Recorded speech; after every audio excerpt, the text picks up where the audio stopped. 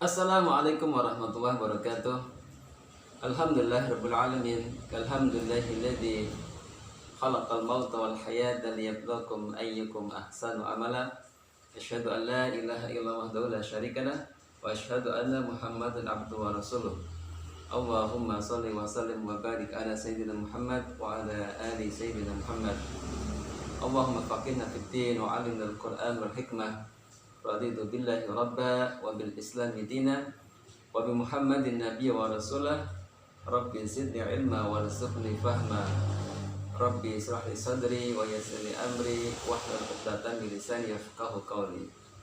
Sahabat semua, di pertemuan ke-9 telah kita bahas bagian pertama, apa kata Al-Quran tentang dunia.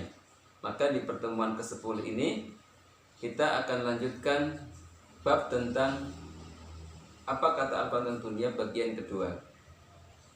Nabi SAW bersabda, "Man arada dunya fa'alaihi bil ilmi, wa man arada al-akhirah fa'alaihi bil ilmi, wa man aradahuma fa'alaihi bil ilmi."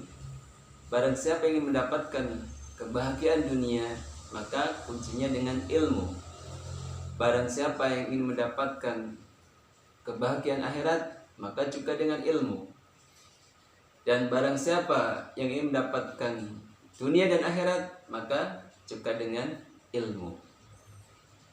Terus dukung kami, doakan kami semoga channel Rumah Quran Bahasa ini bisa menjadi salah satu media inspiratif yang bisa mendorong sahabat semua untuk terus bertafakuh fiddin, memperdalam referensi agama, menjadi penyemangat kita untuk senantiasa berubah ke arah yang lebih baik lagi.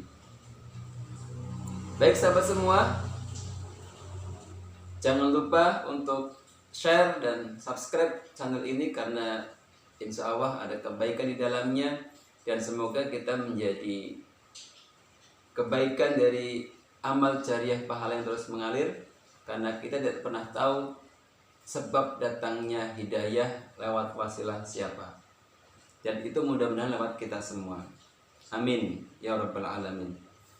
Baik, untuk yang kelima di bagian kedua ini, maka yang kelima adalah dunia itu bersifat sangat singkat sekali waktunya.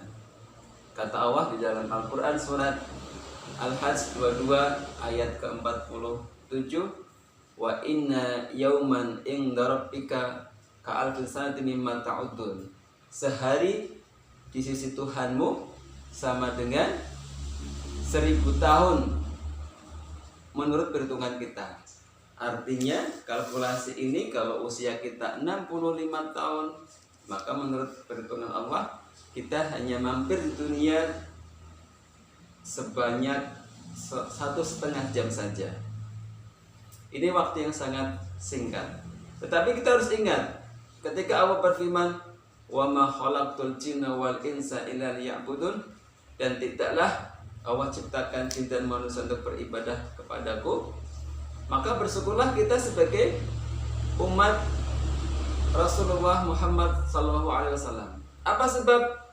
Sebab kita ini dimasukkan ke dalam umat Nabi yang usianya pendek, tetapi ada amalan-amalan menjadikan diri kita itu berkali lipat amalannya dibandingkan dengan umat-umat Nabi sebelumnya. Contoh, misalnya bulan Ramadan, misalnya lagi malam Lailatul Qadar, misalnya lagi kita beribadah di tanah haram, di Masjid Nabawi, maka kadarnya kali 1000 kali. Di Masjidil Haram kadarnya naik 100.000 kali. Ini menjadi bukti bahwa umur yang pendek bisa menghasilkan produktivitas yang banyak. Maka kesimpulannya adalah singkatnya hidup di dunia ini harus kita manfaatkan, efektifkan, efisiensi dalam rangka menciptakan amal-amal terbaik yang nilainya berkali-kali lipat. Bismillah, biiznillah kita mohon kepada Allah semoga mampu bisa mengisi hari-hari kita dengan produktivitas amal ibadah. Yang keenam adalah dunia itu bukanlah tempat untuk melahirkan kekafiran dan kerusakan. Seperti kita ketahui bahwa di antara penduduk neraka itu minta izin, minta keringanan kepada Allah untuk libur sehari saja. Libur sehari saja supaya tidak disiksa. Apa sebab? Karena mereka telah kafir. Kafir itu terminologi agama adalah dia tidak mau menerima Islam, tidak mau mengakui Allah sebagai Tuhannya, tidak mengakui Rasulullah Muhammad sebagai utusan Allah. Dan dunia bukanlah tempat untuk melahirkan kafiran dan kerusakan ini dengan tujuan apa? Supaya Allah mau menolong kita. Maka siapa yang terbebas dari kekafiran kerusakan ini, maka pertolongan Allah itu akan datang. Sebagaimana Allah sampaikan dalam Al-Quran surat ke-40, surat ke-40, surat Ghafir ayat ke-51.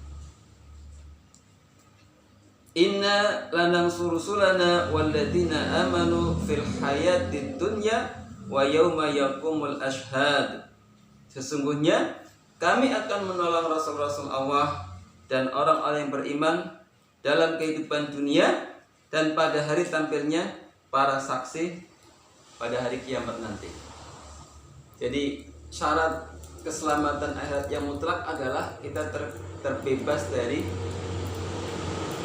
kekafiran dan kerusakan.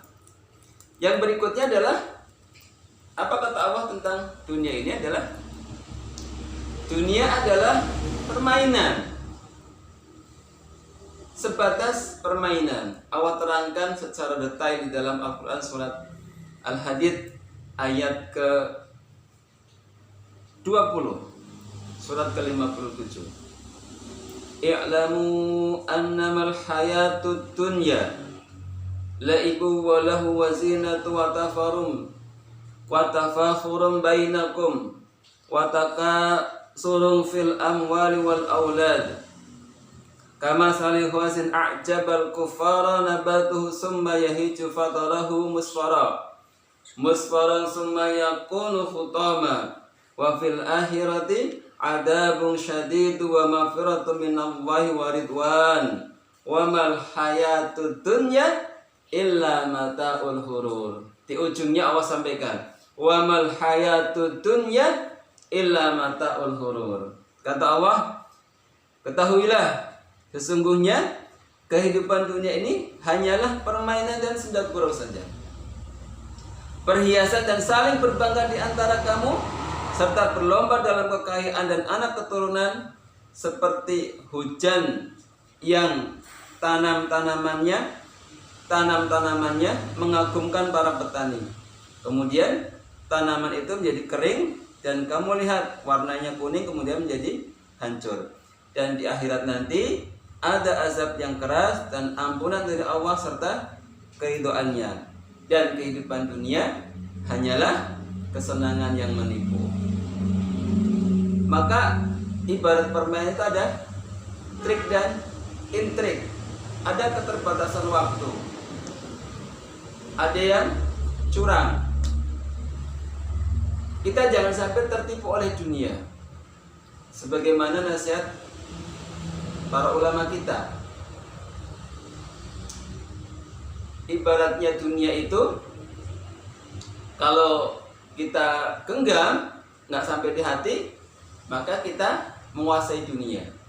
Tapi kalau dunia sudah di hati, seperti kita minum air garam, tidak pernah merasa puas terus, tidak merasa ada henti-hentinya, kecuali kalau sudah mati. Nah, ini Allah ingatkan supaya kita jangan terlena dengan permainan ini, dunia ini. Kemudian yang terakhir, yang ke-8 adalah jika kita menginginkan kebahagiaan dunia, maka harus bisa kita transfer kebahagiaan ini menjadi kebahagiaan akhirat. Jangan sampai kebahagiaan dunia yang kita dapatkan ini sebagai pengganti dari kebahagiaan yang sejatinya harusnya kita dapatkan di negeri akhirat. sobat semua insya Allah sudah hafal doanya. Rabbana atina fid dunya hasanah wa fil akhirati hasanah wa qina adzabannar. Sebagai contoh misalnya, kita punya keluarga dan keluarga ini menjadi sumber kebahagiaan kita. Maka keluarga kita harus mampu mengantarkan kita ke surganya Allah Subhanahu wa taala. Kita punya pekerjaan, bahagia kita. Maka pekerjaan kita ini harus mampu mengantarkan kita ke surganya Allah Subhanahu wa taala. Kita punya kendaraan, kita punya rumah, kita punya harta, kita punya apapun yang ada di dunia ini, termasuk kekuasaan. Maka itu semua mampu menjadikan diri kita bahagia, tetapi lebih bahagia lagi adalah ketika itu semua mampu mengantarkan kita mendapatkan kebahagiaan yang hakiki, yaitu jannahnya insya Allah. Nah, sahabat semua, ini terkait dengan beberapa referensi Al-Quran tentang dunia. Semoga kita tidak terjebak di dalamnya dan kita makin bisa mengarungi dunia ini dengan penuh kehati-hatian dan penuh dengan efisiensi dan efektivitas waktu, sehingga menghasilkan karya-karya terbaik yang bisa kita pertanggungjawabkan di hadapan Allah, dengan pada akhirnya nanti adalah kitab itu akan kitab catatan amal itu akan kita terima dengan tangan kanan. Bismillah, bismillah, kita mohon kepada Allah semoga itu semua terjadi pada kita semua. Mudah-mudahan sekali lagi kita mampu selamat dari fitnah dunia, fitnah kehidupan ini.